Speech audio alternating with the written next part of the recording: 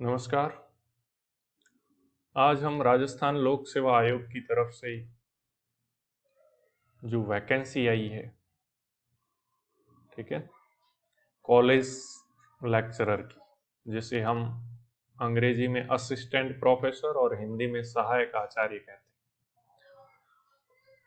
उस वैकेंसी के कुछ पद हैं। देखो, इसमें डिटेल आप देख लेना। Botany, chemistry, maths, physics, zoology, ABST जो कॉमर्स का है, बिजनेस एडमिनिस्ट्रेशन, ये सारे हैं, ठीक है।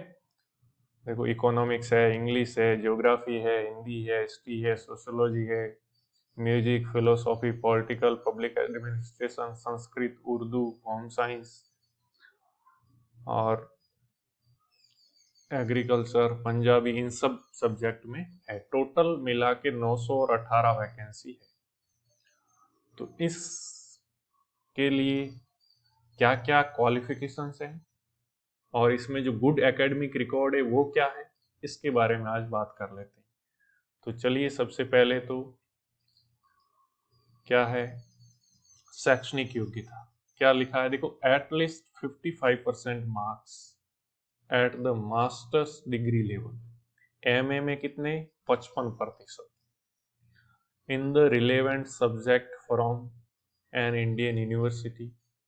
फिर दूसरा क्या है, besides fulfil the above qualification, इसके अलावा क्या है, candidate must have cleared NET, national eligibility test, जो यूजीसी द्वारा आयोजित होता है, या जो साइंस वाला हो सीएसआईआर द्वारा आयोजित होता है।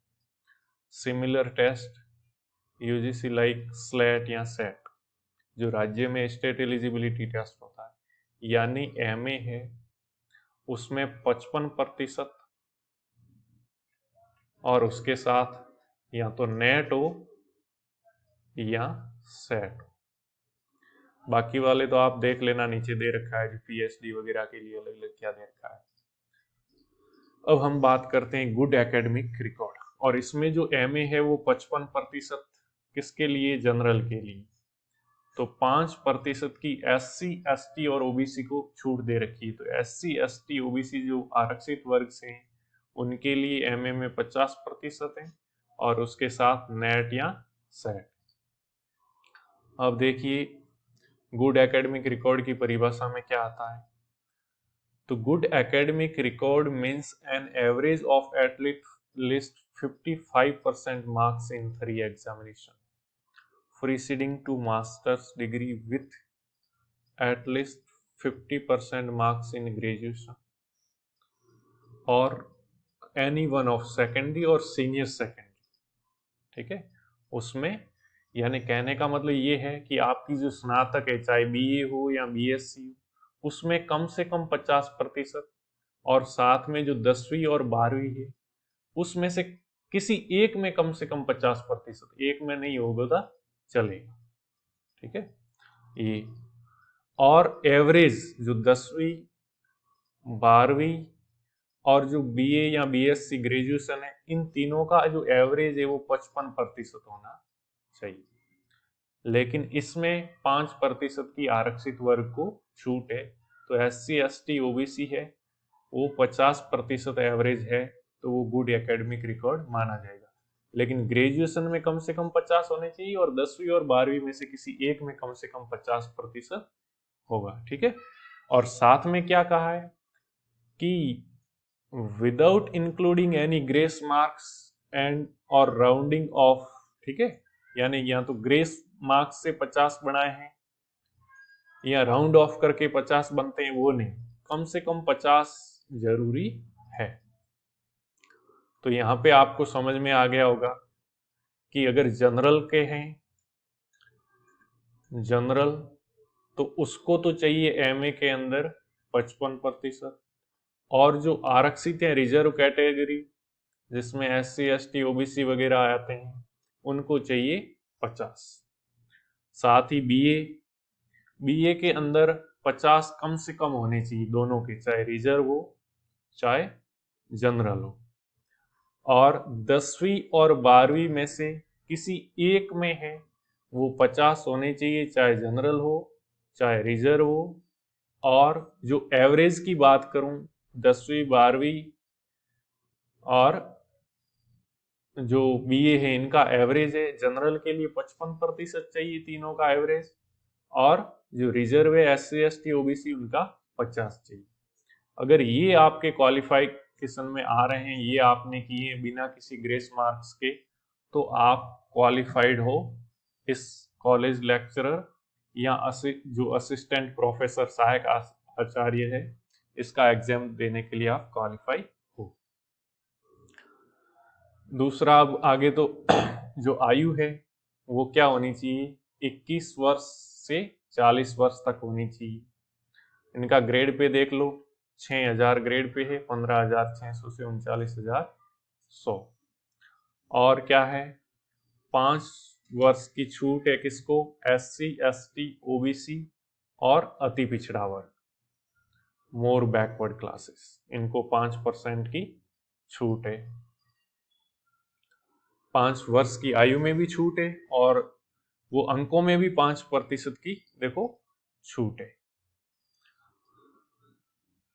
देखो यहाँ विशेष नोट में लिखा है कि अच्छे शैक्षणिक अभिलेख में SC ST OBC और अति पिछड़ा वर्ग और निःशक्त जन सबको 5% अंकों की छूट है, इसलिए जहाँ 55 है वहां 50 हो जाता है।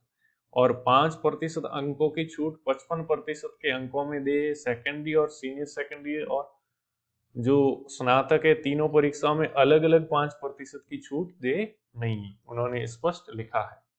ठीक है, तो ये हो गई हमारी क्वालिफिकेशन। और नीचे क्या है, अर्हता में छूट में देखो SC ST OBC के अभ्यर्थियों को पात्रता या शैक्षणिक योग्यता में 5% की छूट यहाँ पे देख लो स्पष्ट है। इसका मतलब एमए में अब 50 है उनके तो चलेगा, वैसे मैंने क्लियर कर लिया है पूरा डिटेल में। तो ये हो गया आयु सीमा की छूट, अगर कोई एक्स्ट्रा है, विधवा प्रियकता उनको 10 है या कुछ में है नहीं, तो ये पूरा डिटेल में आप पढ़ लेना जिनको ज्यादा जरूरत है वो। अब देखो चयन प्रक्रिया क्या है, लिखित प्रतियोगी परीक्षा और साक्षात्कार दोनों होंगे।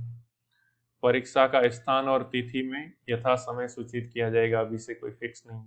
और परीक्षा है वो ऑब्जेक्टिव वस्तुनिष्ठ रूप में ऑनलाइन या ऑफलाइन ली जा सकती है, और सभी प्रश्न है वो ऑब्जेक्टिव टाइप के होंगे। और पाठ्यक्रम है वो शीघ्र वेबसाइट पे जारी कर दिया जाए। आवेदन है वो 9 नवंबर 2020 से लेकर 8 दिसंबर 2020 को मध्य रात्रि 12 बजे तक कर सकते हैं आवेदन। ठीक है, आवेदन RPSC की देखो वेबसाइट दे रखी है, और SSO ID के माध्यम से लॉगिन करके हम citizen apps government to citizen में रिक्रूटमेंट पोर्टल में चयन करके हम कर सकते हैं।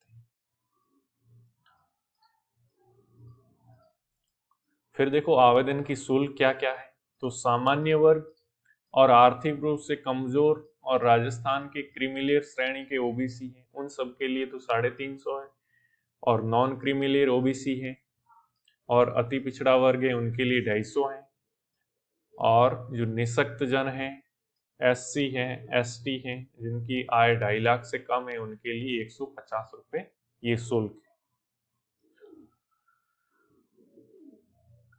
तो शुल्क हो गया। उसके बाद क्या है देखो, पेपर होंगे, subject concerned with the post, first paper subject से संबंधित होगा, 75 अंक का होगा, 3 घंटे का।